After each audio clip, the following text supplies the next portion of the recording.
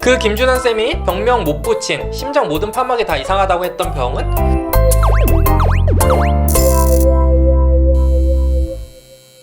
배꼽손! 안녕하세요. 말랑닥터 김영진입니다. 좋아요 꾹, 구독 꾹 눌러주시면 더 좋은 영상으로 보답할게요. 오늘은 슬기로운 의사생활 8화 얘기를 잠깐 해볼 거예요.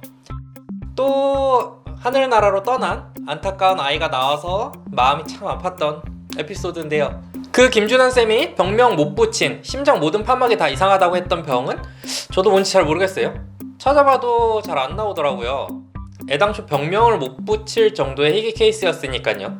그래서 오늘은 도망간 전공의쌤 얘기 좀 하고 조기 태반방리랑 미숙아에 대해서 잠깐 얘기를 해볼까 해요. 바로 시작할게요. 산부인과 2년차 전공의쌤 중에 한 명이 출근 안 하고 연락도 안 되고 잠수 탔죠.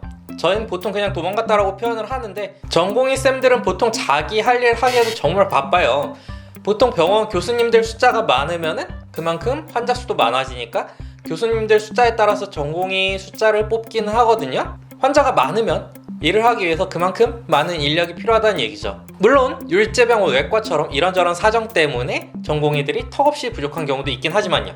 해야 할 일의 양은 정해져 있고 그걸 각각 분담해서 해야 하는데 누가 도망갔다. 그렇다고 일을 미룰 수는 없어요. 병이 사람을 기다려주진 않으니까요. 그러니까 병원에 남아있는 어떤 의사인가는 누군가는 그 일을 맡아서 해야 되는 거죠. 최대한 급한 것부터.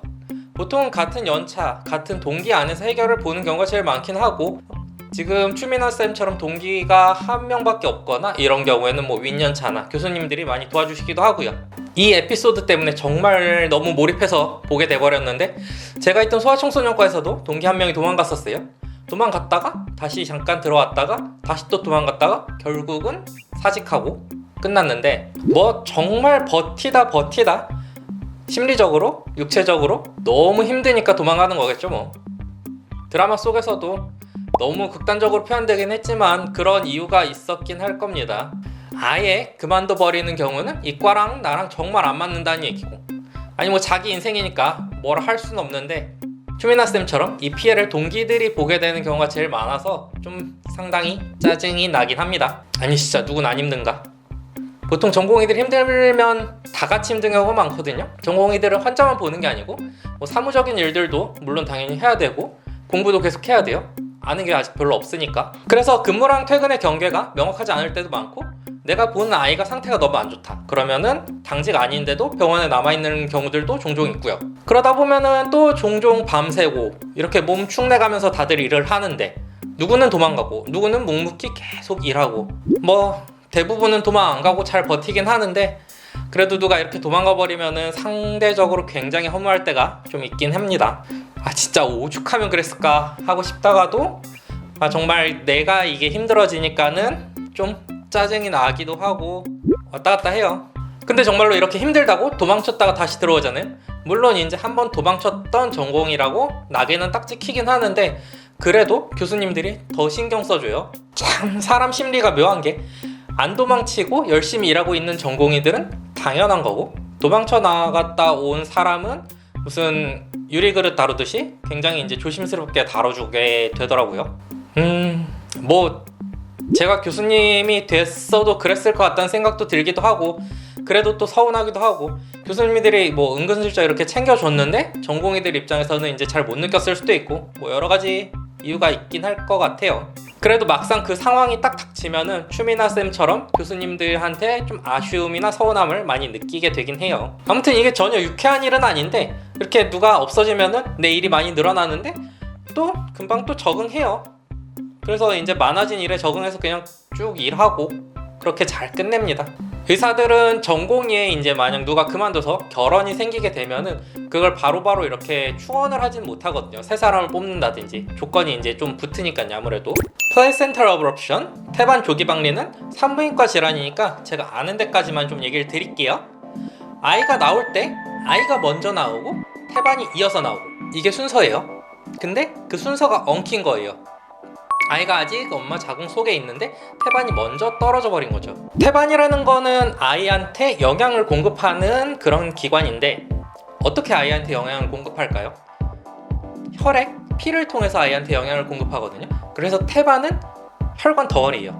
핏덩어리, 어디 하나 뭐 잘못되면은 피가 철철 날 수도 있다는 얘기예요. 그래서 이 태반 조기 방리에서 정말 중요한 게 출혈인데, 출혈이 심하면은 산모와 아이 모두 위험할 수 있는 그런 병이에요. 태반이 자궁에서 툭 떨어져 나왔어도 출혈이 별로 없고 아이도 상태가 괜찮아 보이고 이렇게 영양을 잘 계속 공급하고 있는 것 같다, 그러면은 좀 지켜보는 경우도 있는데, 드라마 속에서는 시트도 흥건히 다 젖어 있었고 피떡, 블러드 클럿, 선지 같은 거 그런 것도 이제 막 나와 있다 그러고요.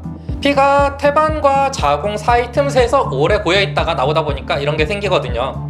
통증과 이런 블러드 클럿 둘 다 태반 조기 방리를 의심할 수 있는 상황인 건데, 거기다가 이 산모는 피도 많이 났고 통증도 너무 심하고 산모도 점점 뭔가 정신을 못 차리고 있는 것 같고 아이도 맥박 80으로 떨어진 다음에 다시 안 올라오고 있고, 이 정도 중증 상황이면은 당장이라도 수술해서 꺼내지 않으면 아이는 매우 위험, 산모도 곧 위험해질 수 있는 그런 상황이에요. 그래서 드라마 속에서 그렇게 난리쳐가면서 바로 수술 들어간 거고요. 이번 당시에 아기가 30주라고 했었죠. 미숙아예요. 아기가 37주 이전에 태어나면은 미숙아로 분류를 하거든요. 미숙아는 그 자체로도 고위험 신생아입니다. 여기 이제 저체중 출생아라는 게 또 있거든요. 아이가 출생 체중이 2.5kg 미만이면은 저체중 출생아라고 하는데, 이것도 또 고위험 신생아예요. 간단하게 결론부터 얘기 드리면은 미숙아와 저체중 출생아 모두 고위험 신생아인데, 아이가 주수가 빠를수록, 체중이 낮을수록 더 출생 후에 위험해요.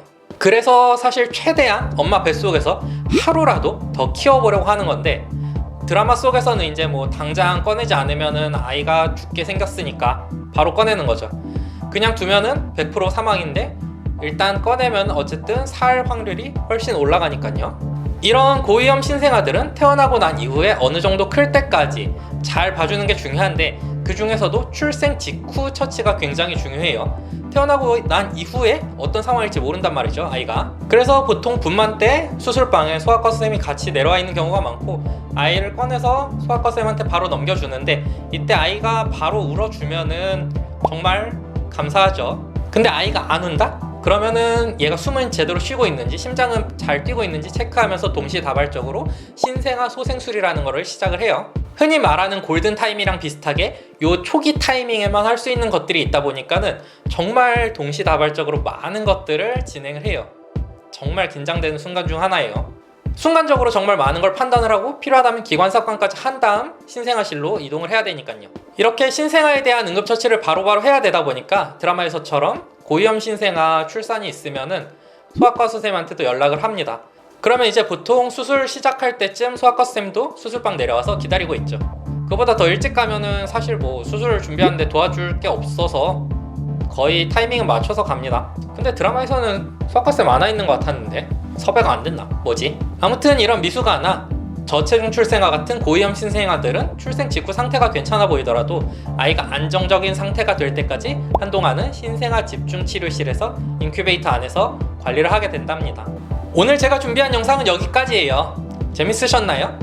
아이는 가능하면은 엄마 뱃속에서 주스를 채워서 태어나는 편이 안전합니다. 그러면 다음에 다시 만나요. 안녕!